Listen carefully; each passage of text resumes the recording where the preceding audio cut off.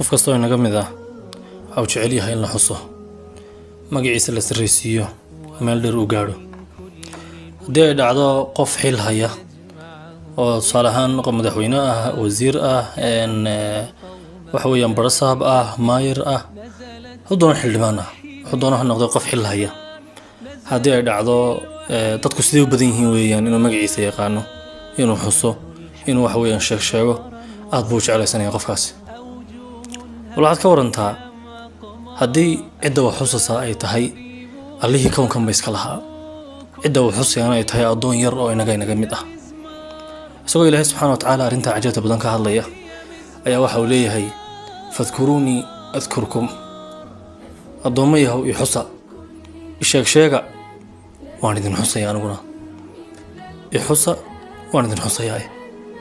yaa allah, cidda leh i xusa waa ilaahay subxaana watacaala, cidda leh waan idin xusaya waa inagoo addoommo ah, waa inagoo aad ogtahay taageeradeenna, tamardaradeenna aad ogsoon tahay buu leeyahay adkurkum waan idin xusaya.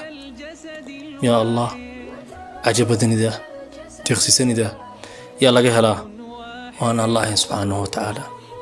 waxaa ugu mudan ee addoonka uu ku helaya ilaahay subxaana watacaala inuu xuso, oo weliba xusitaan baa ilaahay kaaga dhigaya.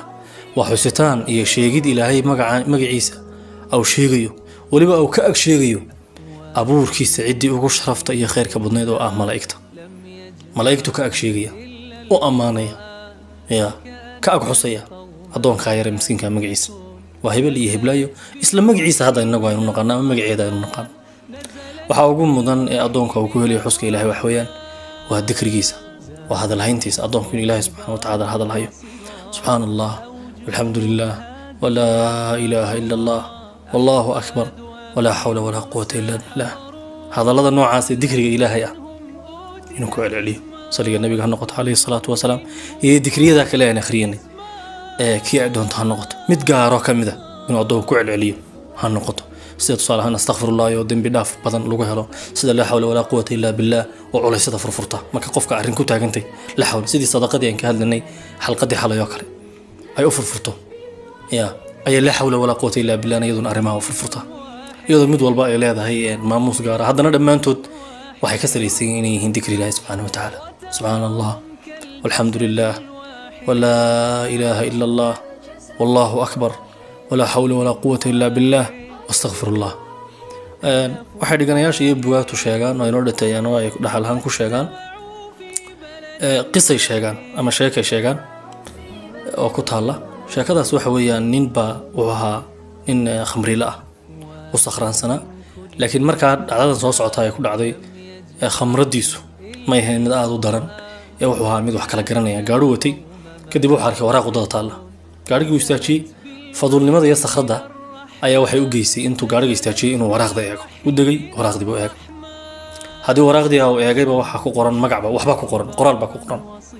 qoraalkii buu damcay inuu akhriyo, wuu akhriyo, wuu eegay, saa waxa weeyaan allah ilaahay subxaana watacaala ila waxbuu kala garanayaa, magacii ilaahay buu kor u qaaday, meel sar waraaqda saar, isagoo yacni aan magaca la u quudhaynin dhulka iyo meel hoose u quudhayn. cod baa u baaqay oo maqlayo laakiin aanu arkayn. wuxuu ku yidhi codkaasi sida magacayga aad u sarraysiiso kor u qaaday ayaana magacaaga u sarraysiinaya kor u qaadaya. waxaa bugaagtaas ay inoo dhiteeyeen oo inoo sheegeen ninkaasi waana dhaxweeyaan dhacdo run ah oo dhab ah oo dadkii soo joogay ay ka sheekeynayaan. ninkaasi laga bilaabo maalinka ilaa iyo markaa qisada laga qorayay in noloshiisu horumar iyo sarreyn ay ku socotay. khamrigii buu iska daayay, salaadii buu bilaabay, soonkii maxay toole dikrigi saasu baarinimadii waalidkiisa baari u noqonay. marka saaxiibayaal, dikriga ilaahay subxaana watacaala hadalhayntiisa, sheegistiisa ayaa waxaan ku helanaa maqaam sarreeya iyo boos iyo meel sare adduunka iyo aakhiraba. inagoo arrimihiina iska wadana adduun ayaan wadi karnaa, adigoo gaadhiga wada, adigoo bajaajka la socda, adigoo baska la socda, adigoo maxayga adoo hawlahaga iska wata, adoo wax qoraya, adoo soconaya, adoo hawl gacanta ku haya ayaad ilaahay subxaana watacaala u dikrin kartaa. lana wax afka laga leeyay weeyaan, wax afka laga leeyay.